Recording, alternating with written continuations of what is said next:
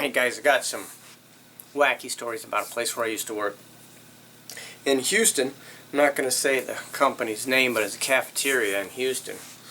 And the funny thing about this cafeteria is it was basically right across the street from the Johnson Space Center.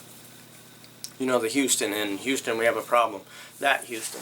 And so it was, you know, lots of engineers and space program people in the neighborhood, right? And I worked in a cafeteria across the street. The road was even called NASA Road 1, right? And some crazy stuff, of course. And first of all, we all had a position on the serving line. And the one guy served the meat order, and it was basically the beginning. And he was some kind of comedian or try to be a celebrity, right? Because he would always make jokes and he had his regular customers that he would talk to, and he was always putting on some kind of a show. He thought he was like I say, some kind of stand-up comic. I guess the idea was the place was a show and he was like the ringleader in his mind. And right after him was me. I served vegetables for the people after they get their meat order.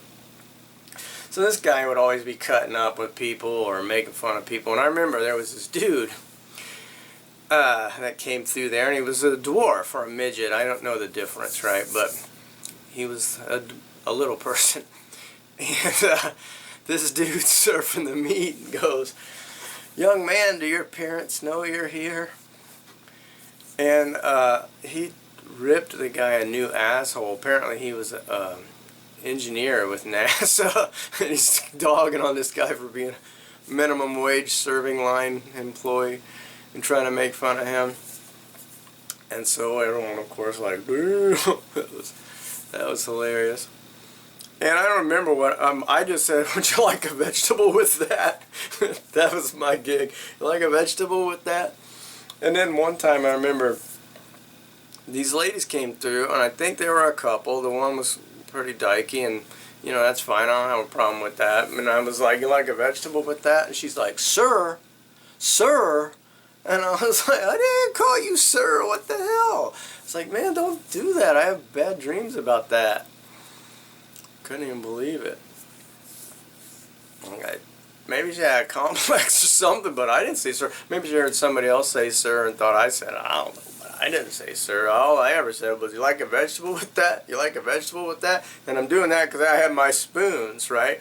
Each thing, you had these bins of vegetables, and they each had a serving spoon or a ladle and a little bowl. They had a standard size bowl, and I had a size I was supposed to do every time. Well, I kind of had a habit of going a little bit heavy on the serving sizes.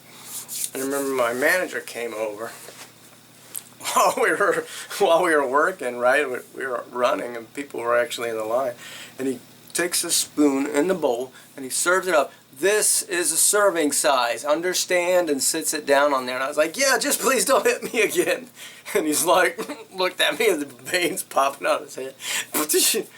That was hilarious. Oh yeah, and that same manager that I did that, I was always messing with him like that. He was real high-strung.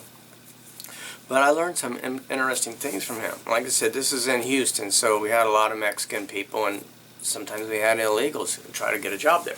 And so I was up there working the cash register at the time, and this guy comes in with his uncle and said, "My uncle needs to get a job." And my manager goes, "Does he have a green card?" So I hand him the green card. He takes it and holds it up like this. He goes, "No, it's fake." And they're just like, "Oh," and walk out. And I was like, "Well, how do you know? How can you tell it's fake?" He goes, "You can't. They're pretty good fakes. You can't tell." But I hold it up there and I say, "Oh, no, it's fake." And if it's real, they argue. And if it's not, they think, "Oh, well, I figured it out," and so they just leave. And so these guys must have been using a fake green card. I learned something else, too, because I was running the register again at the end of the evening. People were cashing out left and right? And this guy pays for his food with a 5. And so I give him his change, and he goes, "Hey, you gave me the wrong change. I gave you a 20. I was like, "Oh, no, sir, you gave me a 5. And he goes, "No, I gave you a 20. I remember it because I got it for my birthday. It says happy birthday on it." And I was like, "Yeah," and I opened the drawer, and the first 20 there, I take it out, and it said happy birthday on it. And I know for a fact that he gave me a 5, right? So I called my manager. He just cashed him out and gave him the correct change for his 20, which was incorrect. And I told him, I know he gave me a 5. He didn't give me that 20. I don't even know what the hell's going on. And he goes, it's a scam. Somebody just came through and they gave you a 20. You didn't notice it said happy birthday. He was working with this guy. And it happens. That's why you want to take your bill and you put it on the side here until you give him the change. That way, before you even open the drawer, you can say, no, sir, this is the bill you gave me. So any guys working out there in cash handling, you might already know that. If you don't, bear it in mind. Go ahead and put the money on the side there, just in case somebody tried to rip you off. And speaking of ripped off, we were making, me and my buddies worked there, we were making just a little bit over minimum wage, right? And I remember there was this Mexican kid that worked in the dish room. All he did was wash dishes, and he got fired because coming to work drunk. So they fired him. Well, after that, minimum wage went up, right? And we're suddenly making minimum wage, and the company didn't boost us up.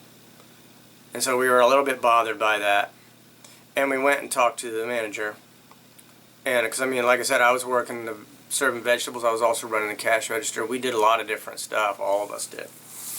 Me and my buddies, I mean, not everybody. And we talked to him, and he's like, yeah, you know, if I had my way, you'd be worth $6 an hour. It's just, I'm not able to do it right now, but we have a plan in mind that we want to get, you know, you guys put up where you should be. And so we gave it a little bit more time, and it didn't look like it was changing. And then what do? They turned around and they hired that same dude that they got that fired for coming to work drunk. They hired him at minimum wage, so he was working in the dish room again, doing nothing but washing dishes after being fired for coming to work drunk and making the same we were making. So that's when I left my job.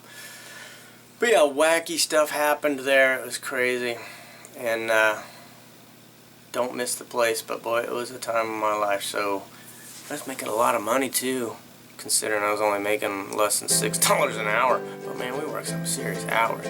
But yeah, crazy place. If you know the place I'm talking about, maybe you've been there.